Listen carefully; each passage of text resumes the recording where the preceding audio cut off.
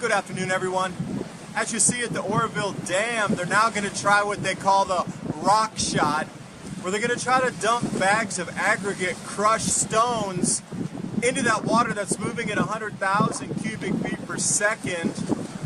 You see the ferocity of the water. There's no way that's going to work. It reminds me very much of what they called the junk shot when they were trying to plug the BP oil spill, giving false hope to people.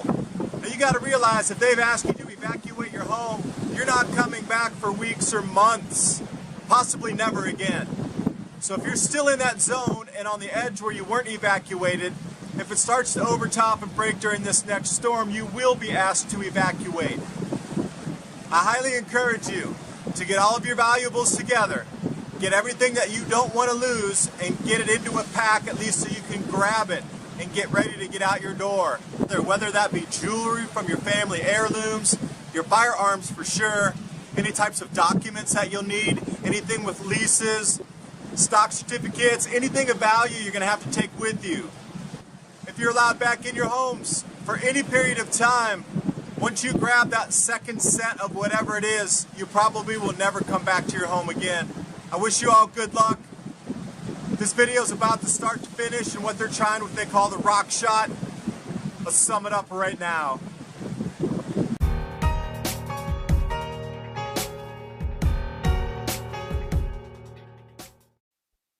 The hopes to get the Oroville Dam drained by 30 feet for this next set of storms is not coming to fruition. They've only lowered it 12 feet from the overtop point. Looking at null school, the heaviest water concentrations are going to be coming in 2.5 to 3 days. Goes west here shows you the initial approach. Rain starting this afternoon, late in tomorrow morning. Water vapor here. Jumping over to Ryan Maui on Twitter. Amazing graphic by the day and how much water is going to come down. Entire state of California up to 3 inches, such as Los Angeles 2 to 4 inches, Northern Cal also. Now let's take a look exactly what's happening with the Oroville Dam, with the overspill and the emergency spillway, now retermed the auxiliary spillway. X marks the spot. What they're really worried about is the water flowing in, causing such erosion that this spot is going to eat in and allow pressure to push through the back wall and start coming out from that point there, collapsing the entire wall. You can see the arrows where I put where the water flow is going to go when this next event happens. I'm going to term this one the rock shot. This is their last hope to avoid the collapse during this storm. What they're doing is they're taking boulders, crushed aggregate, and putting it in these sacks. You can see the approximate size. And then they're going to deliver them by helicopter in these areas that I've indicated with the orange markers. They have to shore up these areas to try to avoid flooding again. Now just take a gauge of this. You can see the concrete spillway that's damaged. Now notice the helicopter above. You can see that little tiny dot that looks like a period at the end of a sentence. That's one of the bags of rocks. At the same time, they're dumping rocks over the edge there, smoothing it out. But when we start to wide out, you can really see the tasks they're up against. Literally 12 to 18 hours before the next storms come. And I want to put this into perspective and let you draw your own conclusions if this will work or not.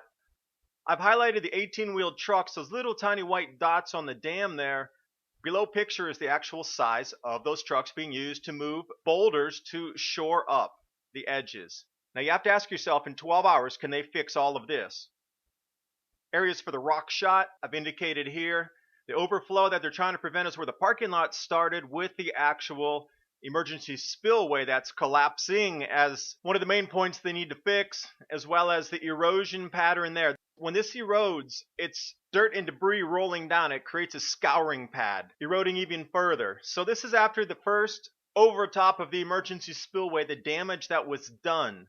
Now the storm that's coming up, this dam's completely full again. It's going to roll for days and days and days. Again, the media is really misleading you on this. I like that the guys are trying to repair it.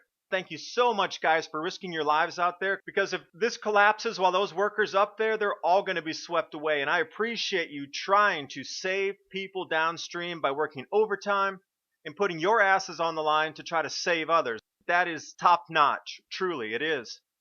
But the media going out of their way to clip photos so it looks like that they can actually fix this problem quite easily. Top image is the clipped photo from LA Times.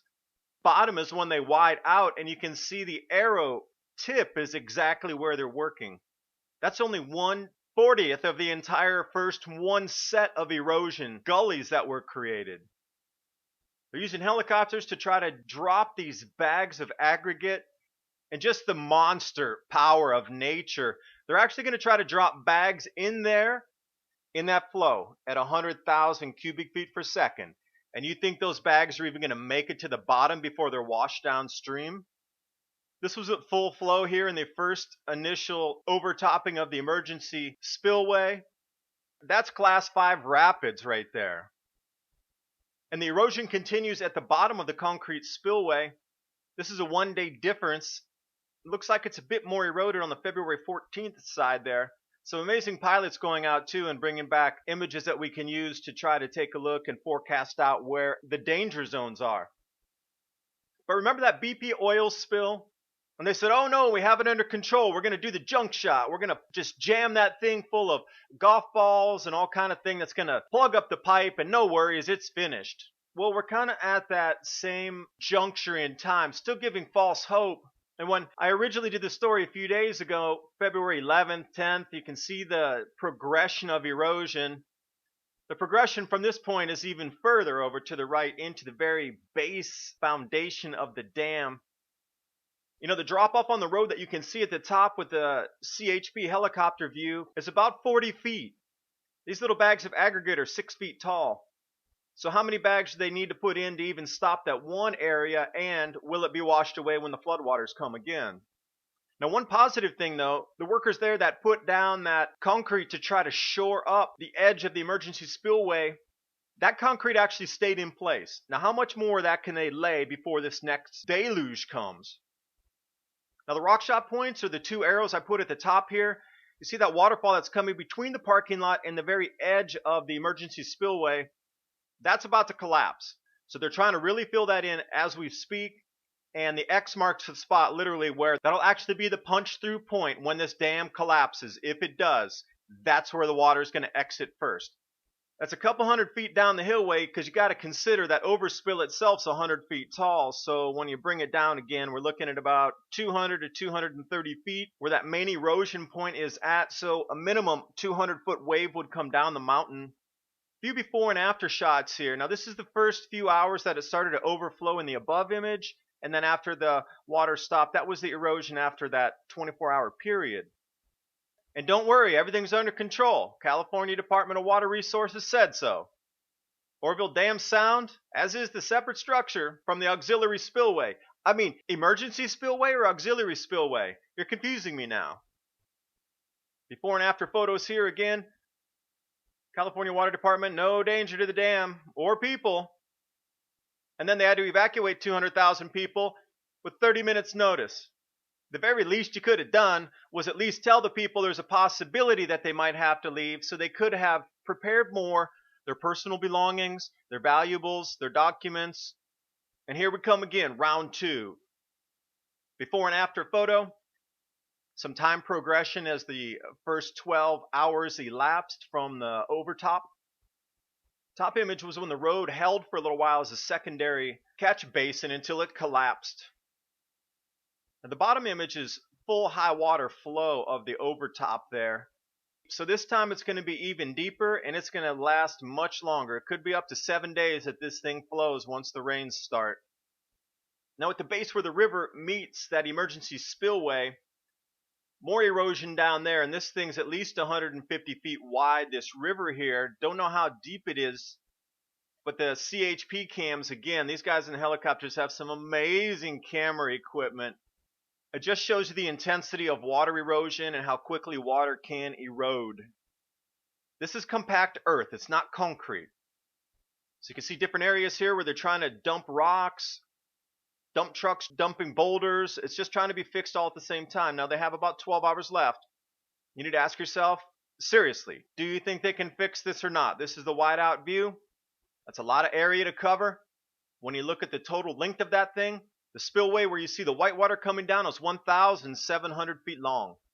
The scales are really so vast here. I'll draw your attention down to where you can see that guardrail that curves around. You can definitely see the white line there. That's a guardrail. Okay, we understand guardrails are probably waist high, maybe about 3 feet tall. And I'll let you do your own measurements on that to see how deep areas around the flooding are, and use that gauge as that little white line where the guardrail is 3 feet.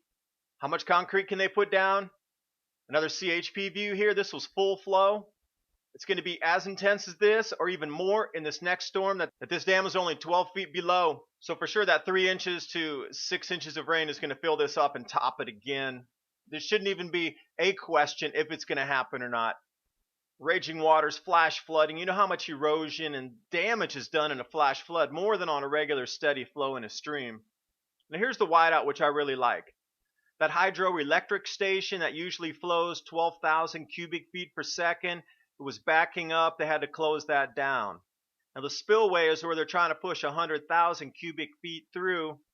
But that erosion just keeps going more and more and more, taking away the actual foundation abutment of that dam as the counter pressure to keep that thing in place. Over to the left, you can see where the emergency spillway is overflowing. Another CHP view here, right where the concrete spillway is meeting the river. This is back on February 12th.